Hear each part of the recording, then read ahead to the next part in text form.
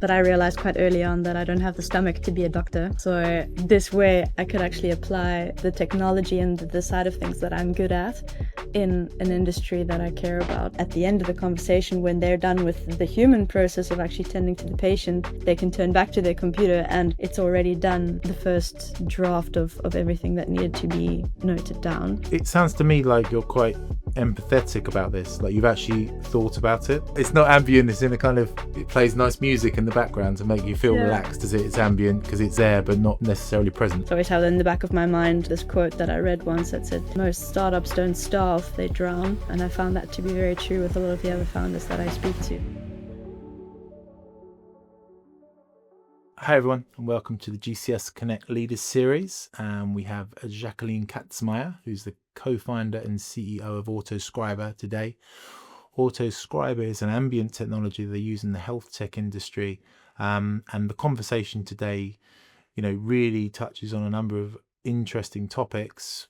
First off, it's a young founder with 5 years experience building a business, and a business that is riding the bleeding edge of technology in terms of using AI, in terms of using that within the healthcare space. But I think it's also really interesting how Jacqueline talks about how she builds her team, the culture she builds, the open communication she fosters, and also very honest in terms of the difficulties and the trials and tribulations of growing a business. So I think you'll very much enjoy this one. So without further ado, here's Jacqueline.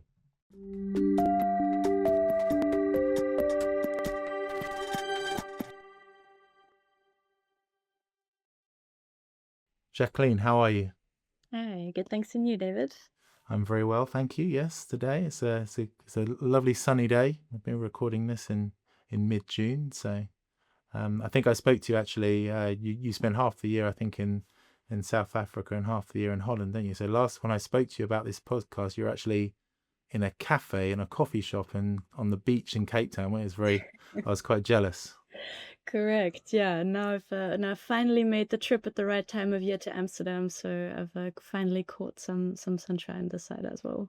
Wonderful, fantastic. Well, it's great to have you here. We've got Jacqueline Kazmaier here, who is the co-founder and CEO of Autoscriber, and we'll talk more about Autoscriber, but very innovative kind of AI-related health tech product that Jacqueline has built up over the last few years. And yeah, as you know, within GCS, we're really interested in these types of products. One, because of the good they do for the community, but secondly, for the interesting work that gets done. So we were really, really keen to speak to Jacqueline, and it's great to have you here, Jacqueline. So welcome to the GCS Connect Leader Series. I guess as we start, it's interesting for me just to kind of understand a bit more about your journey. I must say that in the last 6 months, I've been well aware that it's been very male, pale, and stale on this podcast. No, absolutely no. Nothing against the people that we've had. They've all been very, very interesting. But it's great to have someone that isn't. So nice to meet you. Nice to have you here, and nice to bring a bit of diversity into the podcast. But I guess with that in mind, please take us through your journey, because we don't speak to a lot of kind of founders and CEOs like yourself. So it's great to meet someone like yourself that's really doing something amazing in the AI industry. Well, happy to disrupt the image of it. Mhm.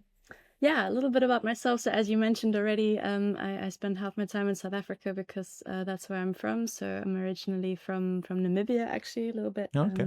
further north. And in terms of my background, I studied industrial engineering, which I guess is already a little bit unique. But I would describe that in essence as the study of problem solving and how to model the world mathematically and make better decisions based on that. And in my postgraduate years, I started getting very involved in machine learning, and especially in the language processing field and natural language processing, which was starting to take off round about that time, with a lot simpler models than what we know today in ChatGPT and the like.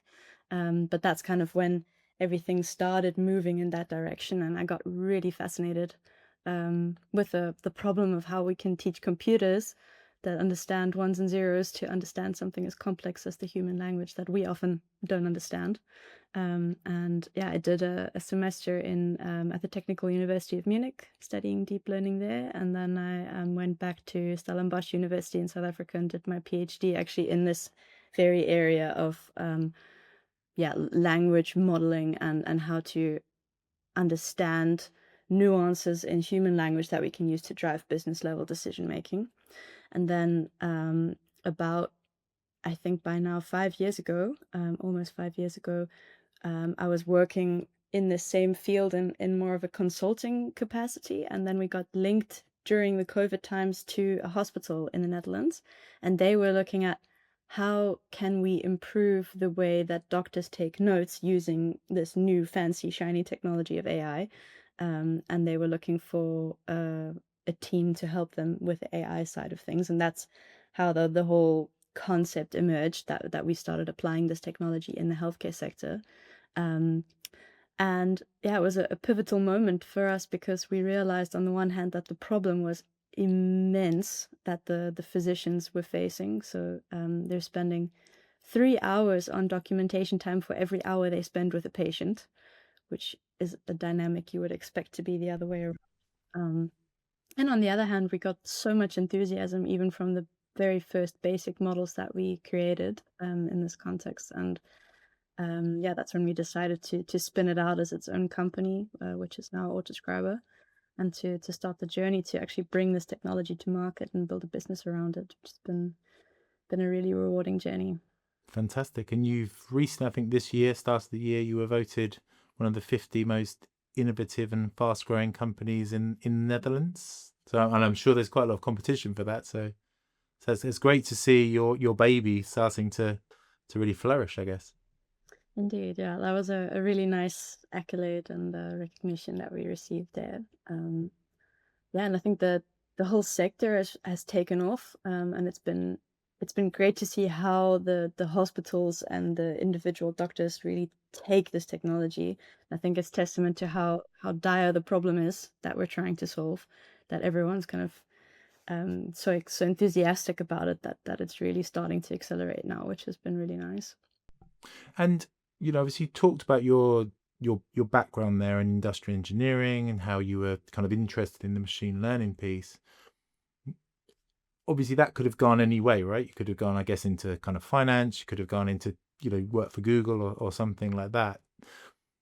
When we talk to people in health tech, I think there's another element of like, I really feel like I'm doing something good for the world. Is that something that you bring to this organization that you might not bring if you're working for Meta or something? Yeah, definitely. I mean, from my personal journey, I've always been very interested in medicine because I think you can affect so many lives in this dynamic, and there's still so much that needs to change and evolve in order to actually support the way that humanity is growing. But I realized quite early on that I don't have the stomach to be a doctor.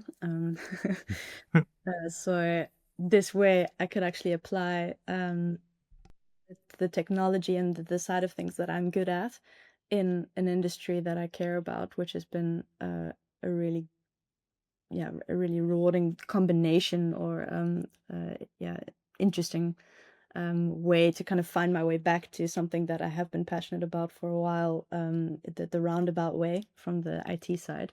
And I must say it's also been different in the way that we steer the company versus what I think we see with a lot of other startups, where there's obviously a lot of focus on numbers and growth. And when you get team members in, I think that there might be quite a lot of competition also on the reward scheme that you can offer to your employees, which I see, at least for us, has been quite different. So we steer also together with our investors a lot on impact.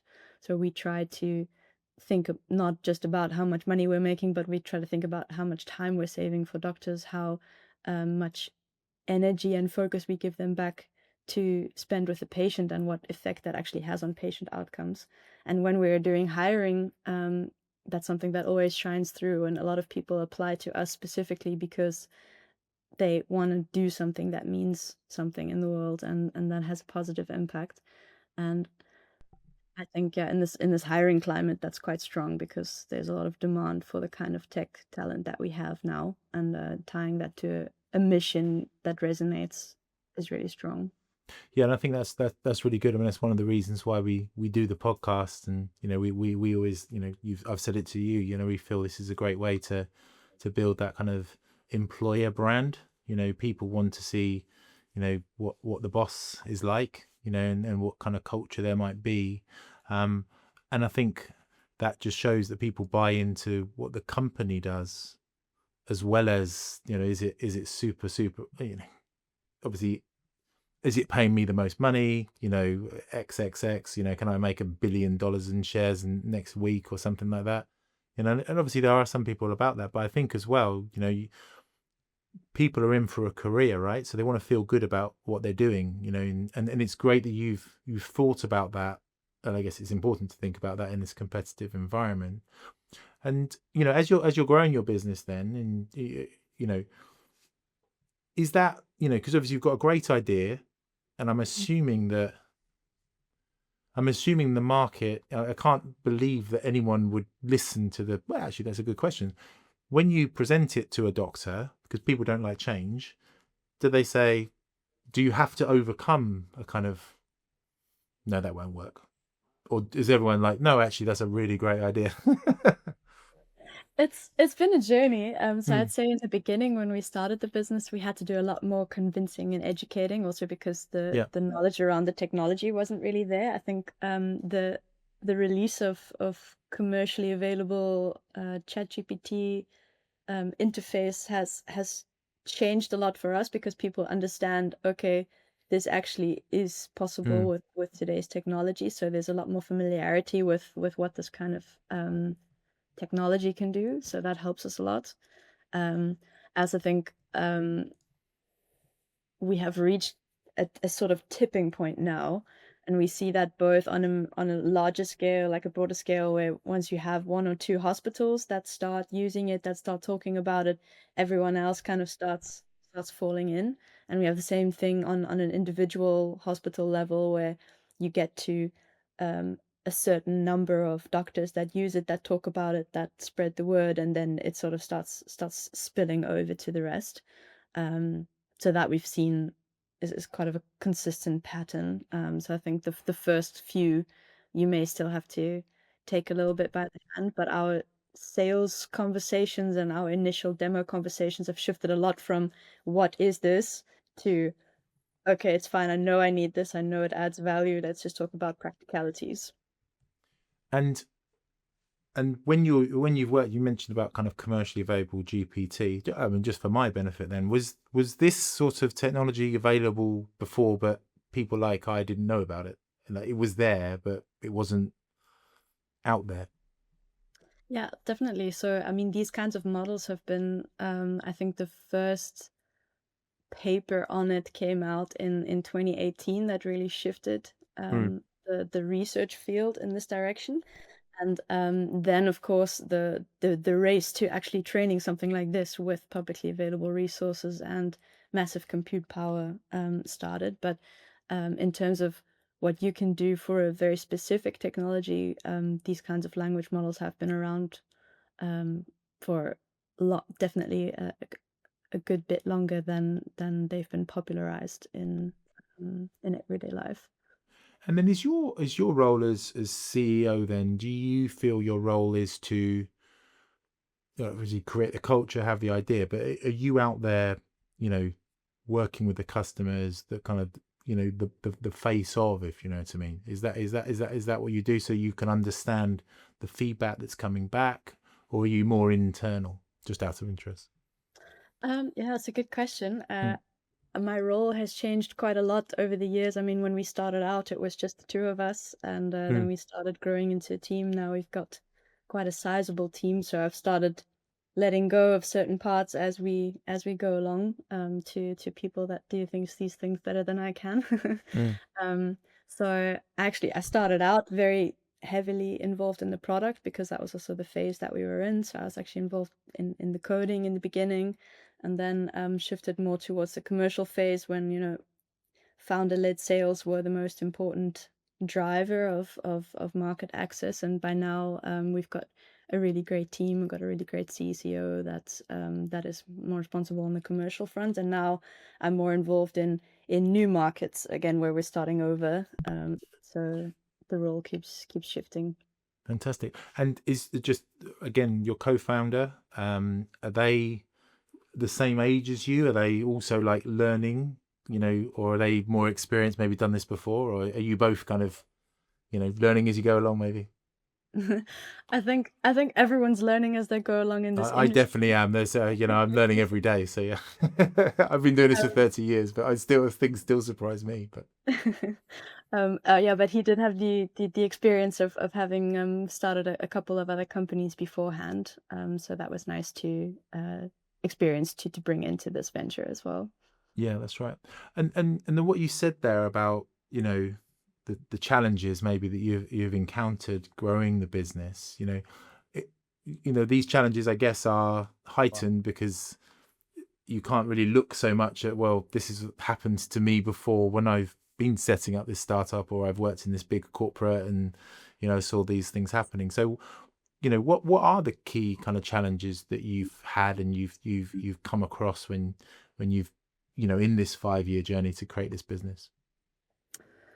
Yeah, I think can separate it kind of into the more business level challenges and the I guess some business management Okay. style challenges. Or I think for us, maybe more on the rational part, as a business, I think we've had an interesting journey trying to develop a whole new technology in a whole new sector, and moving from different challenges from the phase where we didn't even know what to call what we were building to this phase now, fast forward 5 years, where everybody knows what it is, and you're now starting to grapple with competition and needing to go faster.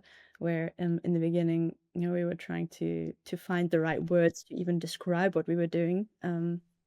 So that's What been, do you call it out of interest? So what, I know it's always called Autoscriber, but what is the technology, would you say? What is the kind of name for it?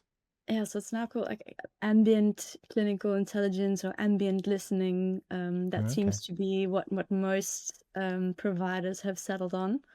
Um, That sounds quite relaxing. I like the word ambient. So it's obviously it's not ambient. It's in a kind of, it plays nice music in the background to make you feel yeah. relaxed, as it's ambient because it's there but not necessarily present, I guess.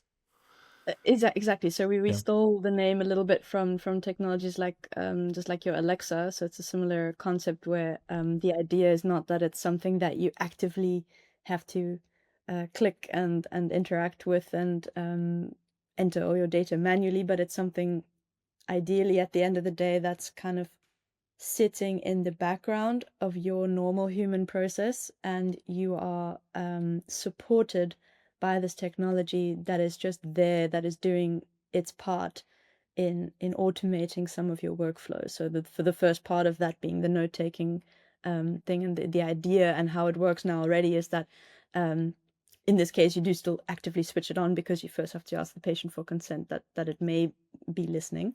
But after that, we find that a lot of the feedback from the doctors is they completely ignore their computer, which is the whole idea. So it just happens in the background. And then at the end of the conversation, when they're done with the human process of actually tending to the patient, they can turn back to their computer and it's already done the first draft of everything that needed to be noted down. Um, yeah, so I- that's where that name comes from. And I guess, with all health tech and with all healthcare products in pharmaceutical as well, drugs, etc., etc., there's a lot of regulations, like something. This is the most highly regulated environment. So I guess you've had to deal with that, and work that out. But I guess it's quite difficult to do it in an area like they haven't probably put the regulations in yet. So they kind of, for a drug being released. My father used to work in biotech, so I kind of know how that works with the I've forgotten the kind of US company, but the DFA or whatever, like FDA. Yeah. FDA, that's right, yeah. So that you have to do certain trials on your drug so you can kind of release it. But I guess when there's something like this, which is not necessarily thing that they've even thought about yet. Does the regulation then fall, well, we can't, until we regulate it, you can't use it? Or is it, well, we'll give it a go and see what happens? How does that work? Yeah, it's interesting because you almost have to kind of co-steer it. So what we did was we said, okay, well, it doesn't exist yet, the kind of regulation that we need. We don't really fit into any of these buckets, so we're just going to kind of work with what there is Hmm. and try and conform to that, and then we put our own standards on top. So okay, we think that because we're dealing with AI and because we're dealing with healthcare data, we think we should add these kinds of additional steps in, and then we kind of wait for regulation to catch up. And I think it's a continuous conversation as well between the developers of the technology and the regulators, that we kind of need to iteratively get to a point. But it's been interesting as a small startup to already have to grapple with these kinds of very strict processes. So I think if you're in the of regular B2C environment, you can scale very quickly and do the old Facebook move fast and break things mentality. But now in our sector, you can't really do that. So we have a principle of privacy first and security first, which I guess is a quite a different dynamic for a startup. And then I guess, like, when you talk about the challenges as well, you've talked about the business challenges, but I guess, growing up a business and starting a business, you have, HR related, people related, team building related problems. How have you found that? Yeah, that's been an interesting lesson as well, because I went into starting this business with a goal of just learning as much as I could in the shortest possible time. This was kind of the best route that I could see to do that. And I've learned a lot about the technology, about finance, about accounting practices, how fundraising works, and all of these kinds of things. But um, one lesson that's pulled through all of this is that at the end of the day, you're a group of humans building something together and selling it to other humans. So you can never get around that element of the dynamic. So even if you're working with the most high-tech AI product and everything that you do is completely protocolized, at the end of the day, most of the issues that we've encountered, or I've encountered personally, have been solved by hearing people out and just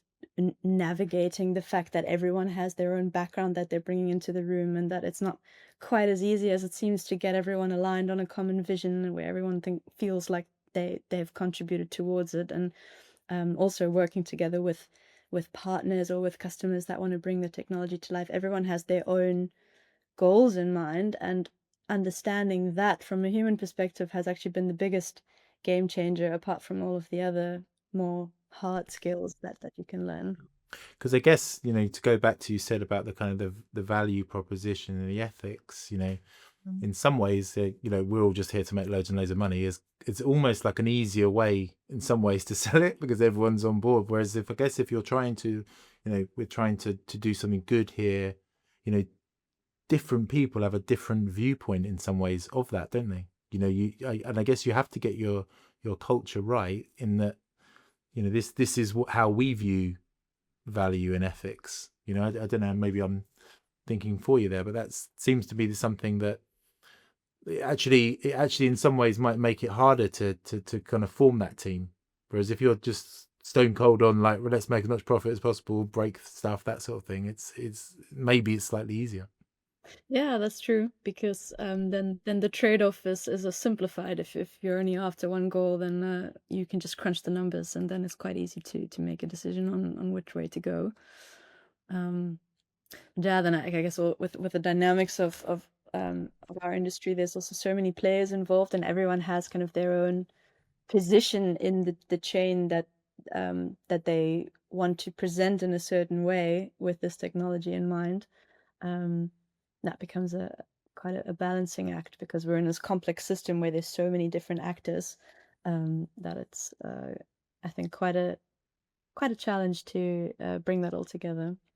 And how do you overcome those challenges? Because there's obviously the challenges of business, and you can see the progress, but how do you overcome that challenges when you're really forming a team in an area where it's, I guess it's you're always progressing, you're always moving into new territory, right? in technology. So how do you kind of foster the challenges where you've got a lot of people with different viewpoints who are passionate about, what the business is doing, like really care about it? How do you overcome that and keep the team focused? I think the biggest lesson there is communication, and cannot underestimate that at all. It's been something that I think is just highly underrated, and frequent, clear communication is something that um, can make or break your business, I believe. So that's something that we've had to keep reinforcing, to be open with one another, to give frequent feedback, to speak up when things are unclear, and to also reiterate, because sometimes it happens that you have a conversation with two people and you leave the room thinking you're aligned, and then if you only speak again in 2 weeks' time, when you've both done the work, you realize you've actually been moving in opposite directions. So it's very important to keep a short loop of communication, and try to keep that as open as possible. And that is becoming more difficult as our company is growing larger. So we've started trying to document what we are communicating a lot more frequently as well. Hopefully you So use ambient technology to do we should, that. on our internal roadmap. Practice what you preach, I guess, Jacqueline. Indeed, indeed. And that the open communication, obviously, do you therefore expect sometimes people will, when you're having open communication, sometimes people will disagree, right? Do you kind of have like rules around that, or do you just say, let's, go with it? We need to do this in order to move forward. I think disagreements in general are healthy and necessary, because if you don't have disagreements, then I think you have a bigger problem in that you don't have enough diversity of thought in the company. So I think disagreements are good. And what we try to encourage in the company is that, I guess, two things. So on the one hand, we emphasize roles over people, and what we mean by that is try not to speak to um, Jimmy, who owes you these numbers in order for you to do your work, but try to speak to the maintainer of the database, so that you kind of separate who this person is and who this human is on the other side from the role that they're currently performing, so that you can start thinking about, okay, it's not that I'm angry with you because you're missing something, but it's about maybe that there's a lack of clarity or lack of accountability for this particular role towards my role in this interaction that we need to work on. So trying to keep the agreements to something that's productive. So trying to, and when we do raise disagreements in meetings, we always try to ask, like, what do you need? Like, what do you actually need in order to solve this, so that it doesn't just become a venting session where people are disagreeing in an unstructured way, but that we always try and steer towards, okay, how could we actually overcome that? And that makes it a lot more objective. That takes the human element out of it. It sounds to me like you're quite empathetic about this, like you've actually thought about it. I think that some leaders, some managers wouldn't. They would just accept it, that sort of thing. Do you think that's a particular kind of strength of your own, or maybe your kind of leadership team, that you actually care about that?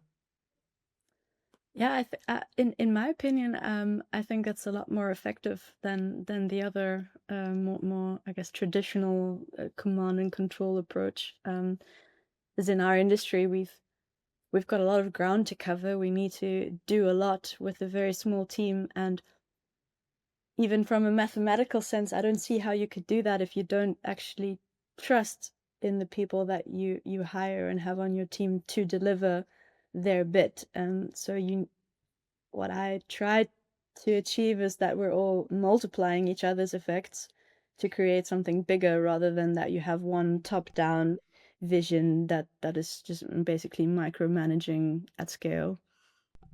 Fantastic. And does that go back to your kind of like industrial engineering? You said at the top, like thinking about process, thinking about how to build things. Do you kind of think about the human interaction element in the same way as you might think about a mathematical? I kind of get that sense from you. You're kind of trying to actually work it out. Like how does this work? Yeah, I think I do try to do that.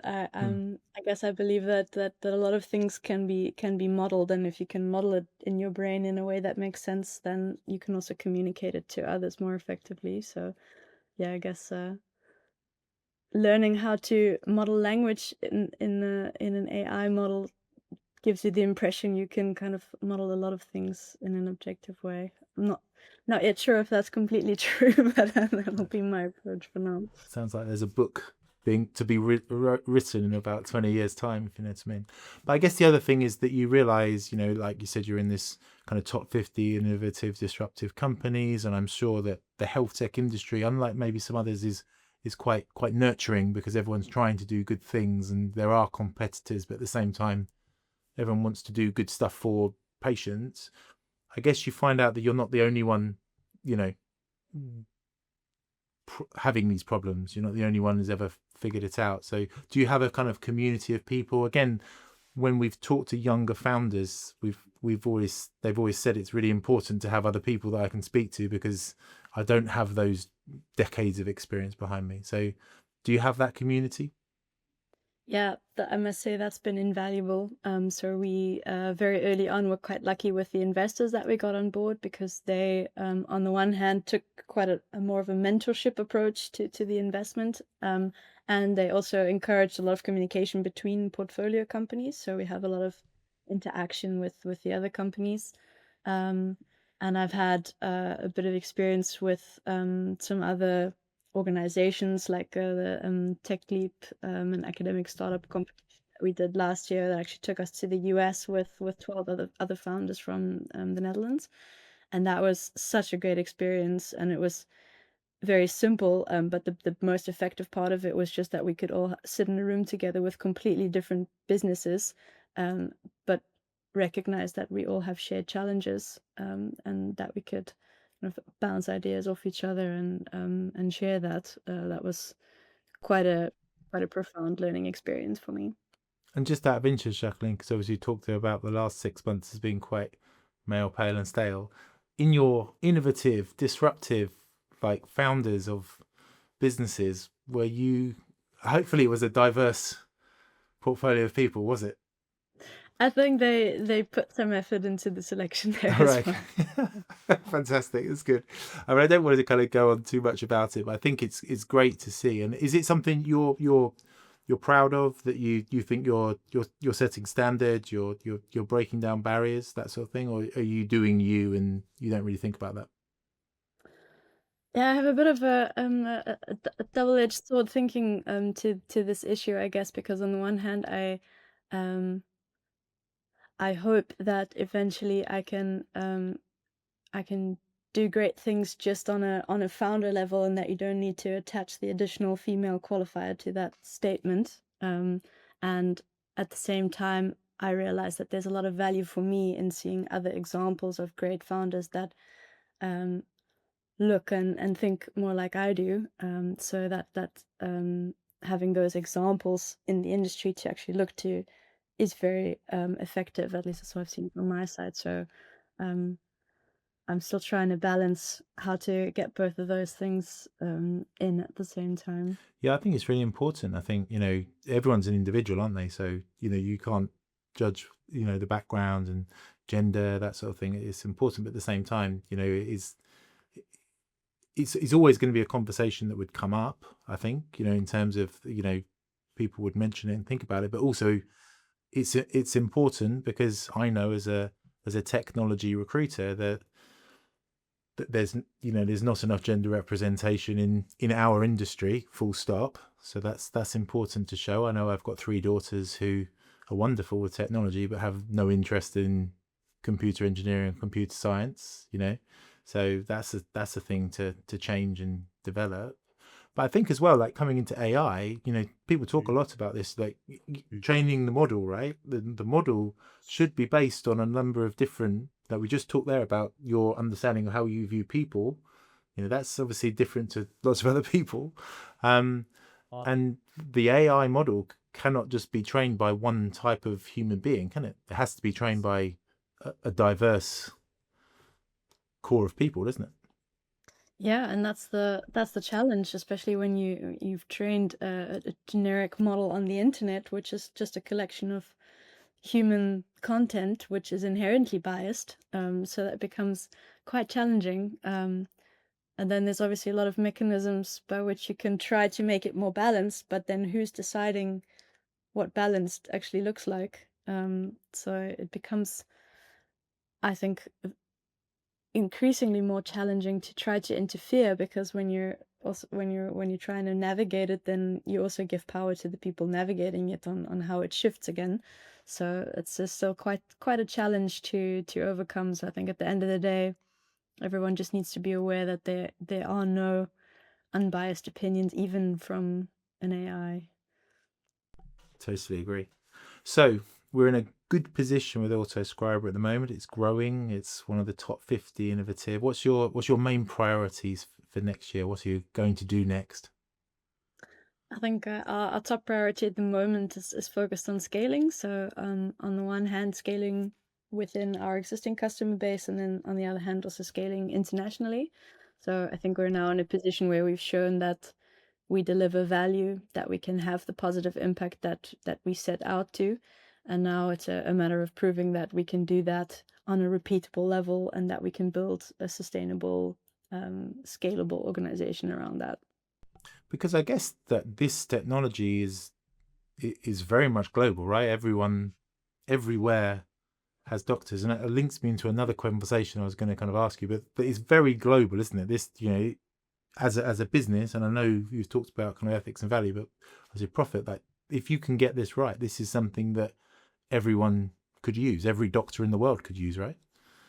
Yeah, and I mean, that's the vision because then you Hmm. can really have a much broader impact, if you imagine that you can get that kind of level of information into a central place and share it Hmm. across these regions as well.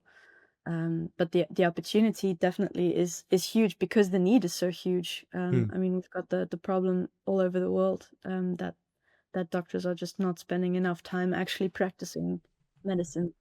And then that links me into my next question: is as you come from Africa, from Namibia, and obviously, I don't know too much about Namibia. All I know is there's deserts and elephants.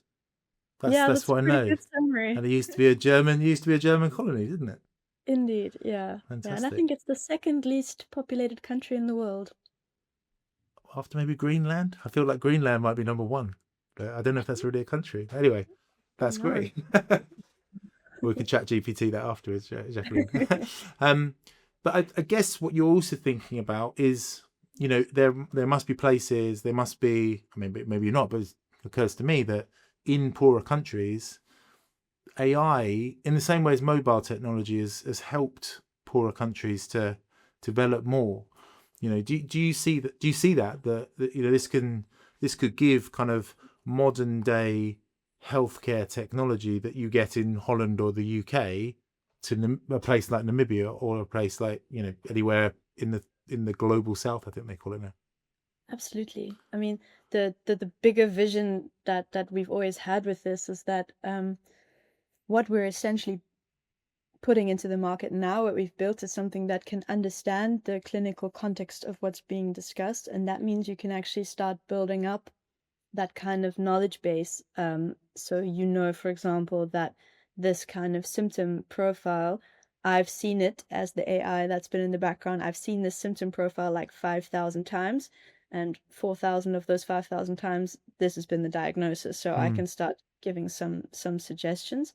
And as a doctor, you're only really ever as good as the cases that you've seen in terms Right. of diagnosing, because I mean, Hmm. how are you're not going to memorize all sorts of diagnoses in the world, and especially if it's something rare or maybe rare to the region, or you haven't had exposure as a new doctor in a rural area. If you can automate bringing that knowledge in so that as an ambient technology, you sit in the background and then the patient says something that you actually find a pattern of, you can say, Hmm. hey, wait, why don't you ask them if they also experience this symptom? Because if they do, then I think I know what this might be or what you could look for next. And that kind of mentoring, I suppose, of a physician based on the experience of all of the other Hmm. physicians that you've kind of baked into your model, I think could be a real game changer for A- rural areas. And if they're in the field I'm going to pick up somewhere in Africa, if they're in the field, maybe they're not surrounded by things, but they're in a small village or something like that, and that's incredibly powerful, isn't it? Because then you've got the knowledge of the whole healthcare system that you can kind of bring to bear on this individual case, kind of well away from, you know, you know, Dutch hospital systems or whatever. Exactly. Yeah. Yeah, fantastic. Well, I think that that to me is obviously an incredibly important thing to be passionate about, because that's what technology should do. It should kind of improve people's lives, right? Exactly. And that's been the ultimate driver, and that's why yeah, our slogan's always been like human centric and data driven, and that data driven element sounds a bit more harsh, but it's actually this is exactly what it plays to, that it can actually assist in these kinds of situations with the data that we've collected. Fantastic. So as my last kind of question for you, as a young founder, as someone who's, what are your three pieces of advice that you can give to people that maybe are listening to this and thinking, wow, I'd really like to do this. This sounds exciting. Yeah, I think one big thing is focus is very underrated. So I would like we also started with, I think, what we communicated now, this whole broad scope of how we can change the world, and we had to reduce and reduce and reduce scope to a level where we eventually thought, wow, this is so simple. I don't even know if this is, the big impact that we we're going to have anymore. But it's really important to start simple and execute well, and then iterate from that point onwards. And you have to keep simplifying over and over again in order to keep focus. So I always have in the back of my mind this quote that I read once that said, "Most startups don't starve; they drown." And I found that to be very true with a lot of the other founders that I speak to. So there's just so much opportunity, so many directions you could go into. And even if you think this is just too simple and too trivial, that's going to be where you really shine. If you can do one thing very, very well, that's super clear for everyone what you're building. And then the second thing I might say is it really matters what you measure, and you should pay attention to the things that you want to grow. So we've noticed that a lot in our company. Once you start measuring certain things and certain trends and certain, whether it's now customer feedback on a specific output, or whether it's engagement rate, or whether it's revenue sign, then all of a sudden everyone's efforts start to align on that specific point. So be intentional about what you measure, and that will help you to go move into that direction. Fantastic. So it's been a fantastic conversation, Jacqueline. Thank you very much for your time. Thanks a lot. I wish you, for multiple reasons, good luck with the business over the coming years. I'm sure we'll keep a track and, and then be in touch. But yes, it's a really, really interesting technology. So thank you very much for your time. Oh, thanks for having me.